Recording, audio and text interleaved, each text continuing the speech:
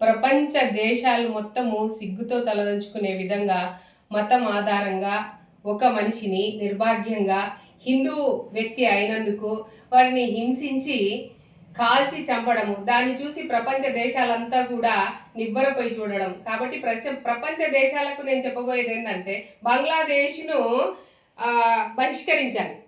అట్లాగే దీనిని ఇలాగే వదిలేస్తే బంగ్లాదేశ్లో ఉన్న 1 కోటి మంది హిందువులకు స్థానం లేకుండా పోతుంది. వారిని మనము మళ్ళీ ఇంకా చేసే ప్రయత్నంలో కూడా బంగ్లాదేశ్ హిందీ అక్కడ ఉంచకుండా ఉండే విధానం కూడా ఏర్పడుతుంది.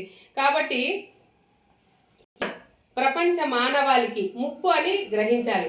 మానవత్వాన్ని మరిచి మారణ హోమం సృష్టిస్తున్నటువంటి ఏ మతం కూడా ఇలాంటి చేష్టలు చెప్పరు. మతం ఆధారంగా తీసుకొని ఇలా జీవహింస చేయమని చెప్పి ఏ మతం కూడా చెప్పదు.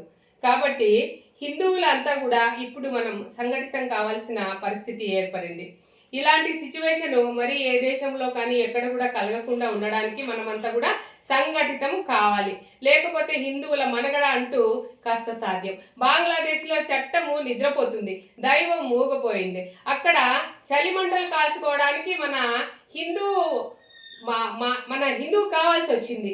అట్లాగే జీవహింస చేస్తూ వారు ఏవైతే ఆనందాన్ని, పైశాచిక ఆనందాన్ని పొందుతున్నారో ప్రపంచ దేశాలు కూడా ఇది గమనించాలి. కాబట్టి వాడు ఏ విధంగా అయితే ఆ బంగ్లాదేశ్ చేస్తున్న పరిస్థితి ఉందో అదే విధంగా వారిని కూడా మనం ఆ విధంగా చేసినట్టు వారికి ఇలాంటి పరిస్థితి ఇట్లా ఉంటుంది అనే విషయాన్ని అందరూ గ్రహిస్తారు. ఇలా ఇంకోసారి చేయకుండా కూడా మనము ఆపడానికి ఆస్కారం ఉంటుంది.